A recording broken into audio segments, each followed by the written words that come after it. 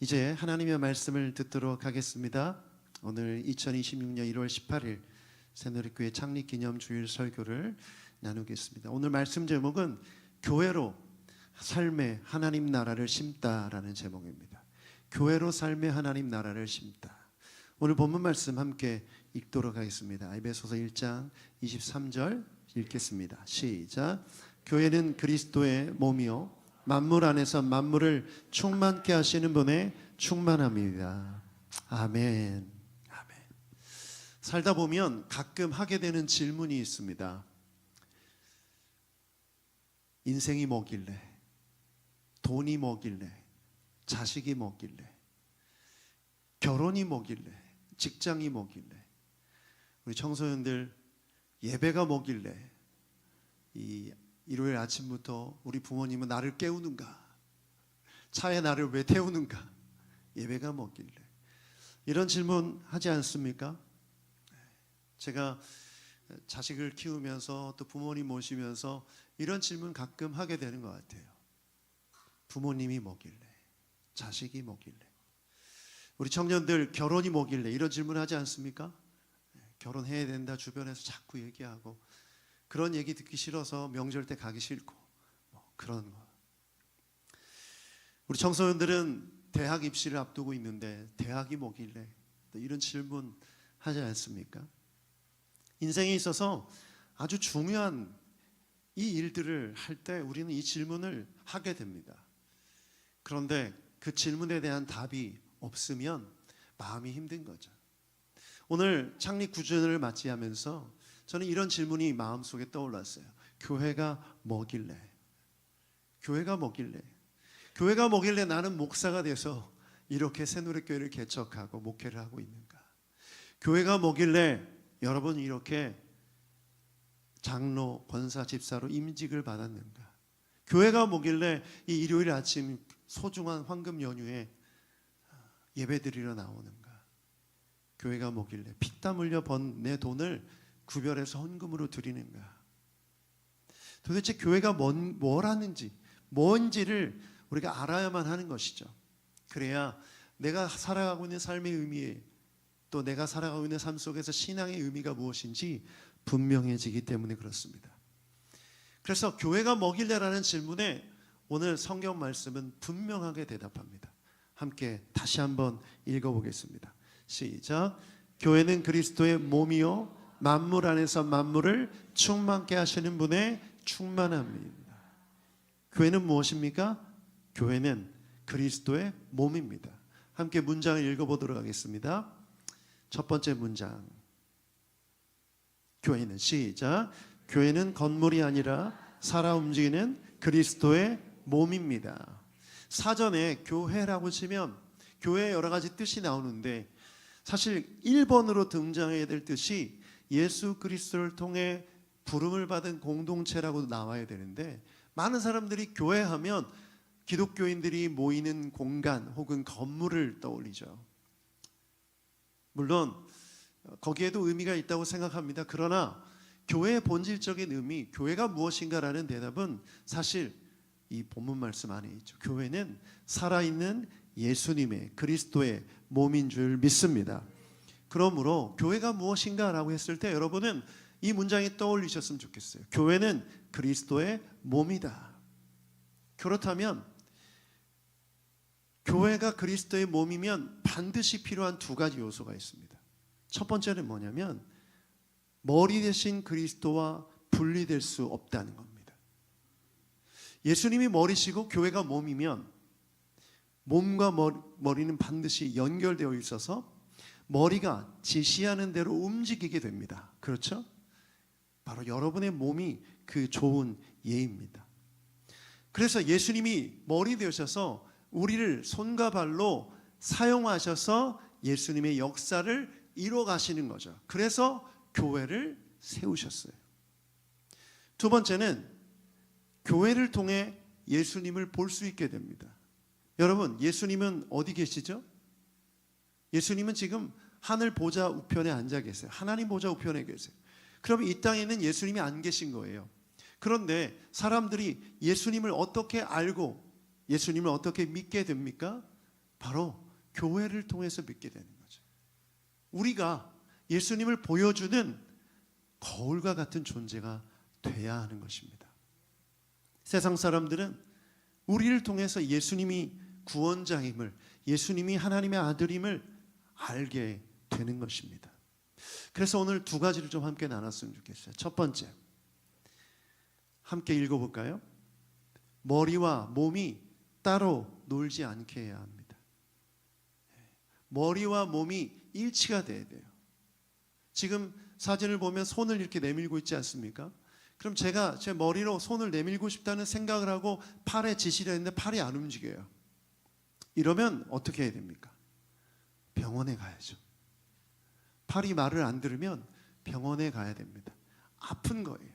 다치거나 아프면 머리가 지시한 대로 몸이 움직이지 않는 것입니다.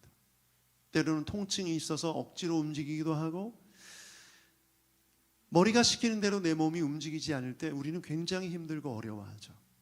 그래서 교회를 떠올릴 때 교회가 어떤 교회가 건강한 교회인가 딱 생각해보면 답이 명확합니다. 머리 대신 예수님의 뜻을 따라 잘 움직이면 건강한 교회인 줄 믿습니다.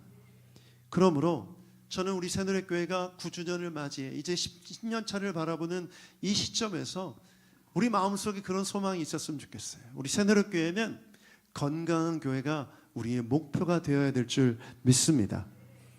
두 번째는 우리가 세상 속에 보여주는 성경이라는 것입니다. 세상 사람들은 성경을 읽습니까? 안 읽습니까? 안 읽죠. 사람들은 성경을 읽지 않습니다. 왜냐하면 관심이 없기 때문이죠. 그런데 우리는 성경을 읽고 예수님의 뜻을 따르려고 애쓰며 노력하며 살아갑니다. 이것이 의미하는 바가 뭡니까? 우리를 통해 세상은 성경을 읽는다는 것입니다.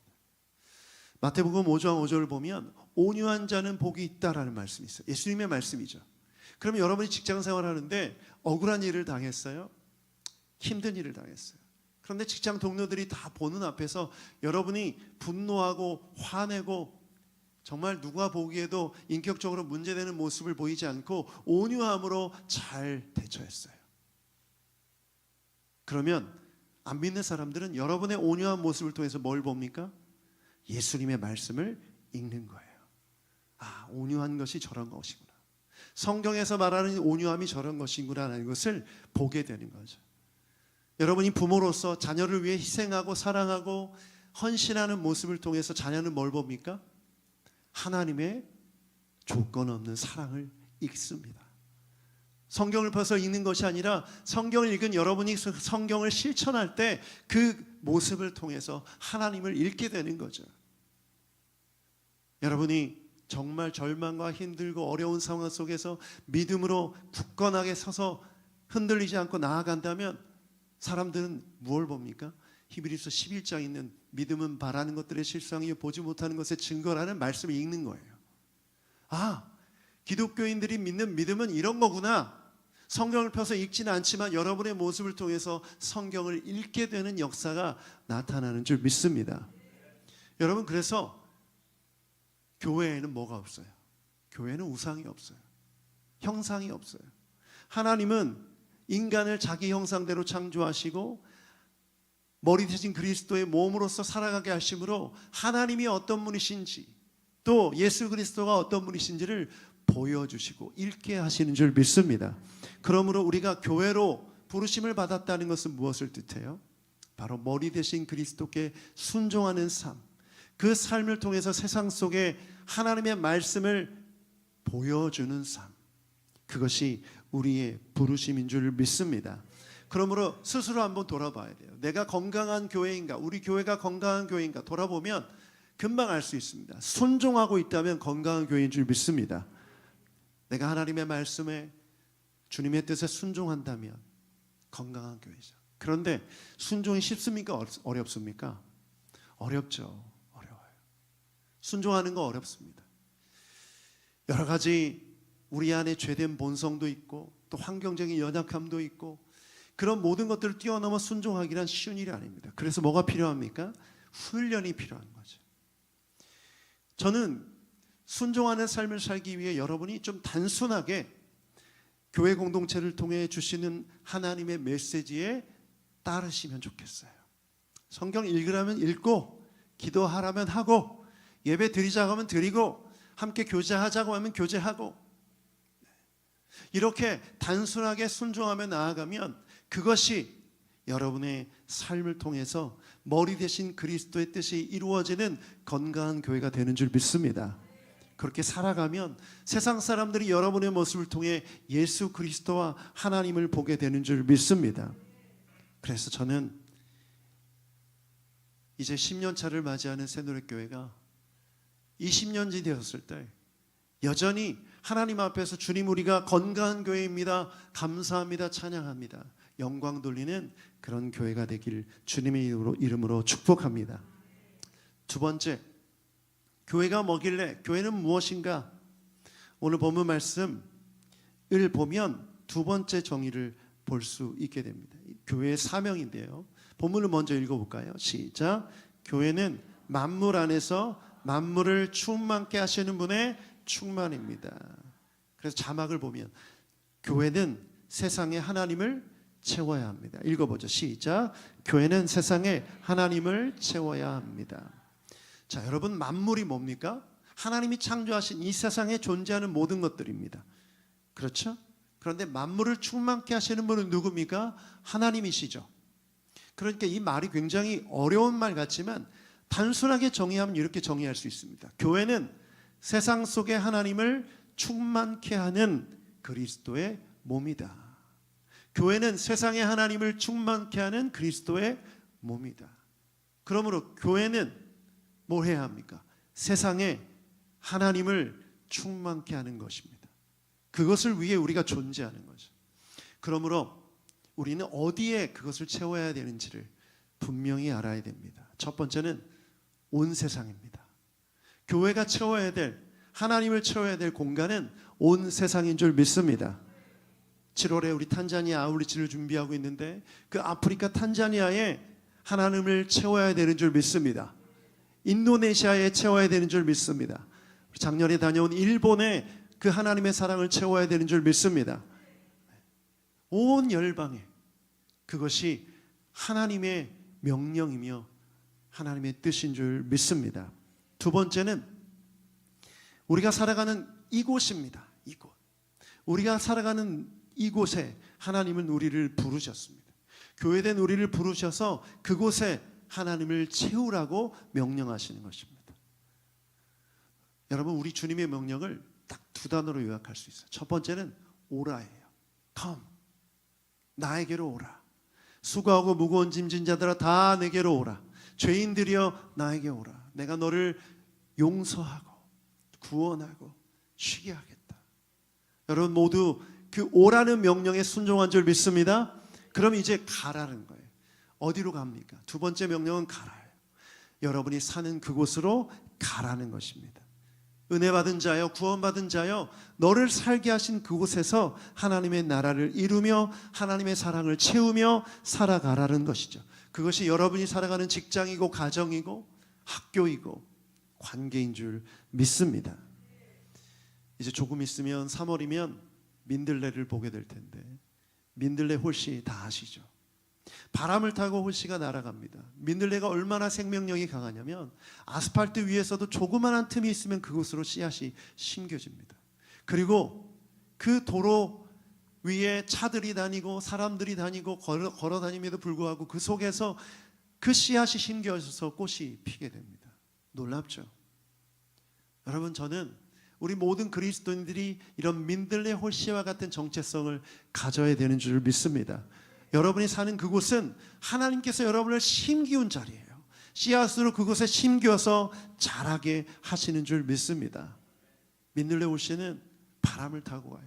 내가 좋은 곳에 심겨야지, 또 크게 자라기 위해 넓은 곳에 가야지, 이런 생각하지 않습니다. 그저 어디든 관계없이 바람 부는 대로 가는 거예요. 우리 그리스도인들이 그런 마음으로 우리 모두가 나아갈 때 내가 살아가는 그곳에서 하나님의 나라가 시작되는 줄 믿습니다. 9년 전에 이곳에 새누리교회를 개척할 때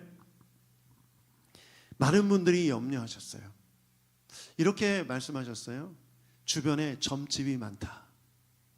왜 하필 이런 곳에 교회를 개척했냐는 거예요. 실제로 제가 그 당시, 지금은 많이 없어졌는데 세보니까 9개 정도가 있더라고요.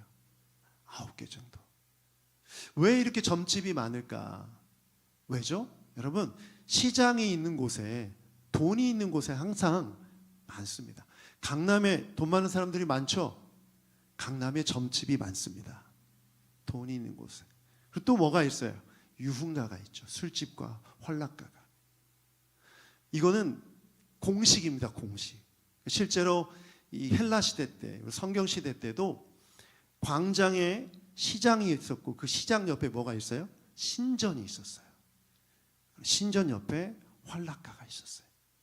이 세 가지가 공통적으로 존재하는데, 이 모레네 이 지역이, 모레네 시장이 있고 시장 옆에 유흥가와 점집이 함께 몰려 있었던 겁니다. 돈이 모이고 사람들이 모이다 보니까 자연스럽게 이런 것이 있었던 거예요. 그래서 그 얘기를 하면서 왜 하필 여기서 개척을 하냐는 거죠. 저 신도시에 가서 젊은 사람들이 많이 모이는 곳에, 건물도 멋있고 신축 건물이 많이 있는 곳으로 가지 왜 여기를 갔냐는 얘기를 들은 적도 있어요. 그리고 어떤 분은 여기가 안상홍증이라는 사이비가 있던 자리였거든요. 왜 하필 여기다 교회를 개척했냐는 거예요. 한 번은 엘리베이터를 타고 올라가는데 새누리교회가 개척된 지 한참 됐음에도 불구하고 여기 이단이 있는, 사이비가 있는 자리에 이러는 거예요. 그 엘리베이터 있는 편말 층별 안내를 가리키면서 그러는 거죠. 제가 그 얘기를 직접 듣는데 안 좋더라고요, 기분이.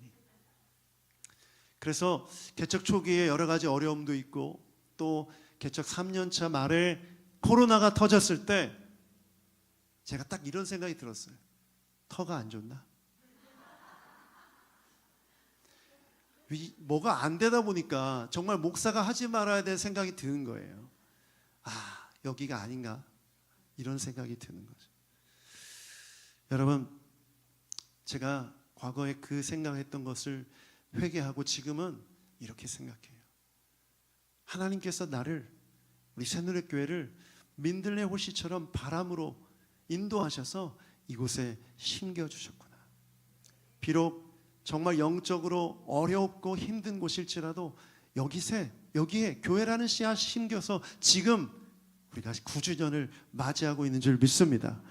하나님이 우리 인도하셨다는, 여기서 시작하게 하셨다는 증거가 바로 여러분이고 저인 거죠. 우리 어떻게 만났어요? 10년 전에 저 알던 분들 계세요?